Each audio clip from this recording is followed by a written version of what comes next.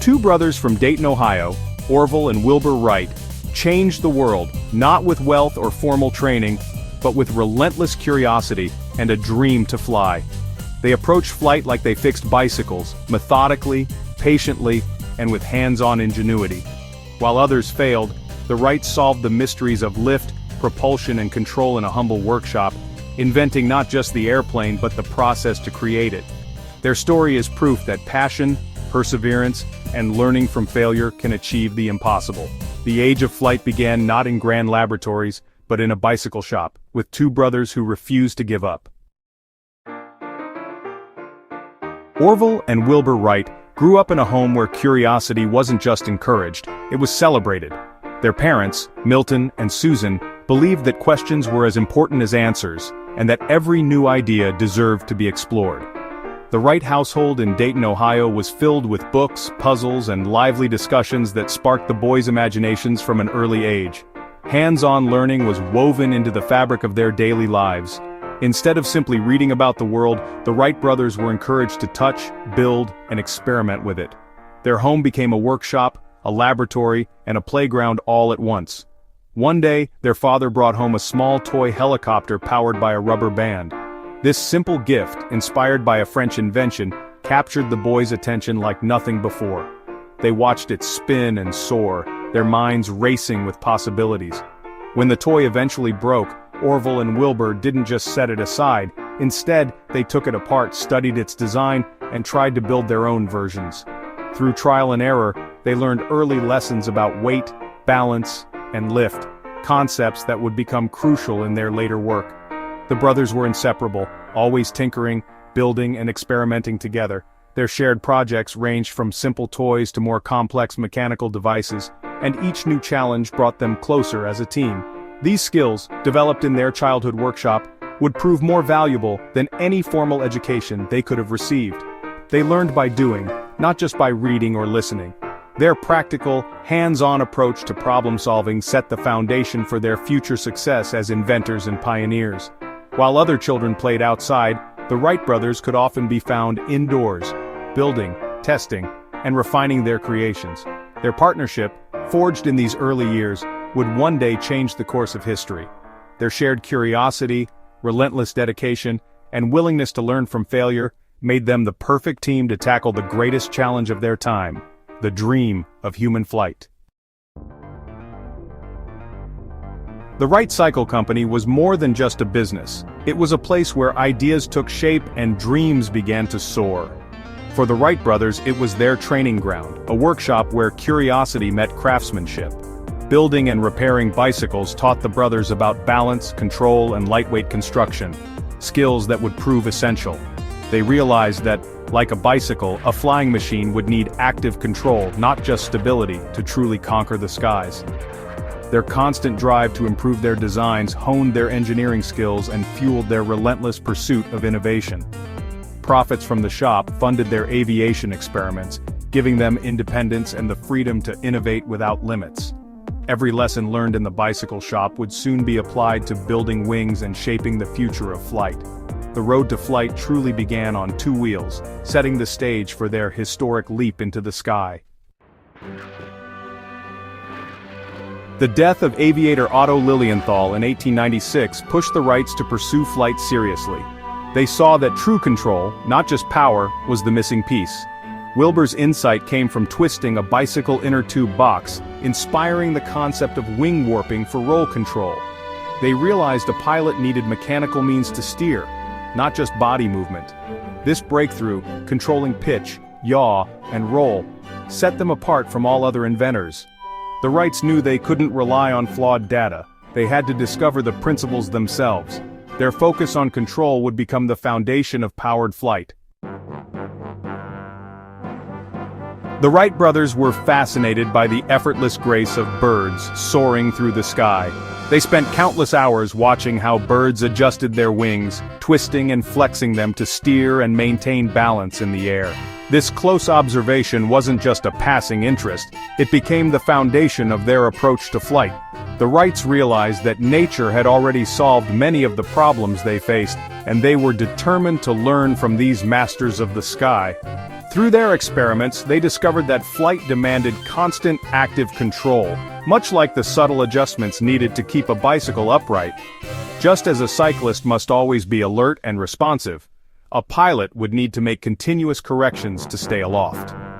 While most inventors of the era focused on building stable flying machines that could almost fly themselves, the Wrights took a different path. They embraced the idea of instability, believing that true flight required a human touch, a pilot who could guide and respond to the ever-changing conditions of the air. To deepen their understanding, they reached out to other pioneers, exchanging letters with figures like Octave Chanute. These correspondences were filled with technical insights, hard-earned lessons, and stories of both triumph and failure. The Wrights eagerly absorbed this knowledge, learning not just from their own experiments, but from the collective experience of the aviation community. By blending the wisdom of nature with the precision of engineering, the Wright brothers set out to create a flying machine as agile and responsive as a bird. They studied the mechanics of flight in detail, sketching designs and building models that mimicked the movements they had seen in nature. Every failed attempt by other inventors became a valuable lesson for the Wrights. By analyzing these setbacks, they avoided repeating the same mistakes, saving themselves precious time and effort on their own journey. Their deep respect for the complexity and challenge of flight set them apart from their peers. They approached each experiment with patience, curiosity, and a willingness to learn from every outcome. Ultimately, the Wright brothers understood that conquering the air was not just about building a machine, it was about mastering the delicate balance and control that true flight demands. Early glider tests at Kitty Hawk revealed that existing aerodynamic data was wrong. Instead of giving up, the Wrights built a wind tunnel in Dayton to test hundreds of wing shapes. Their experiments produced the first reliable data on lift and drag, revolutionizing aircraft design. They discovered that long, gently curved wings worked best. The wind tunnel became their most important tool, allowing rapid, safe experimentation. Their scientific approach, identify, test, analyze, unlocked the secret to flight. With accurate data, they could now design a glider that would truly fly. The Wrights were no longer guessing, they were engineering. Armed with new data, the Wrights built their 1902 glider and returned to Kitty Hawk. The glider performed brilliantly, allowing them to master controlled, banked turns using wing warping and a movable rudder. They made nearly 1,000 flights, proving they could truly pilot an aircraft. Life at Kitty Hawk was tough, but their partnership and determination kept them going. By season's end, they had solved the problems of lift and control. Only one challenge remained: adding an engine. The 1902 glider marked the turning point. They were ready for powered flight. The final step was within reach.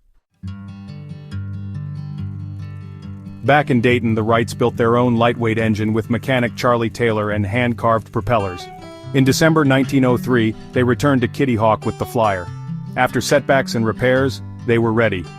On December 17th, Orville took the controls, Wilbur steadied the wing, and the Flyer lifted off for 12 seconds, covering 120 feet. It was the first controlled, powered flight in history.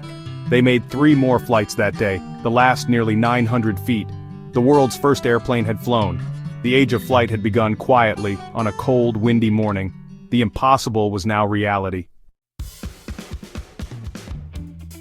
When news first broke of the Wright brothers' astonishing achievement, the world was slow to believe it. Headlines were filled with doubt, and many dismissed their claims as fantasy or exaggeration. Skepticism and disbelief greeted their news, with even respected scientists and journalists questioning whether powered flight was truly possible. The idea that 2 unknown bicycle makers from Ohio could succeed where so many had failed seemed simply too incredible. Undeterred by the world's doubts, the Wright brothers pressed on. They retreated to the quiet fields of Huffman Prairie, working in secrecy and isolation. There, they refined their designs, learning from every failure and perfecting the world's first practical airplane. Their determination and relentless experimentation set them apart from other inventors of the era. By 1905, their Flyer 3 could stay aloft for over half an hour, a remarkable feat at the time. Yet despite these groundbreaking flights, few people took notice. The fields were often empty, and the world remained largely unaware of the revolution taking place. The brothers tried to share their invention, but their offers were met with indifference in the United States and skepticism abroad. Government officials and potential investors dismissed their proposals, unable to grasp the significance of what the Wrights had achieved. Everything changed in 1908. Wilbur traveled to France, where he stunned huge crowds with daring flight demonstrations, while Orville impressed the U.S. Army back home with his skill and the reliability of their machine. Suddenly the world's attention was fixed on the Wrights. Their mastery of flight silenced doubters almost overnight. Newspapers that once scoffed now celebrated their success, and people everywhere marveled at the possibilities of powered flight. The Wright brothers became international heroes, honored at home and abroad as the true pioneers of aviation. Their names appeared on magazine covers, and they were celebrated in parades and ceremonies. Their quiet persistence, patience, and belief in their vision had finally paid off, earning them a place in history. The world now understood what two determined bicycle makers from Dayton, Ohio had accomplished. Their journey from obscurity to global fame inspired countless others to dream of flight. The sky, once thought unreachable, was now open to all, thanks to the vision and perseverance of the Wright brothers. The Wright brothers' invention transformed the world, shrinking distances and connecting people like never before. Their method, systematic, scientific, and persistent, became a model for innovation everywhere. They proved that even the most daunting problems could be solved by breaking them down and learning from failure. Driven by curiosity, not fame, they overcame setbacks and skepticism. Their partnership and belief in their vision changed history. Every airplane today traces its lineage to their Dayton workshop. The Wrights' legacy is written in the sky, a testament to human ingenuity and the power of never giving up.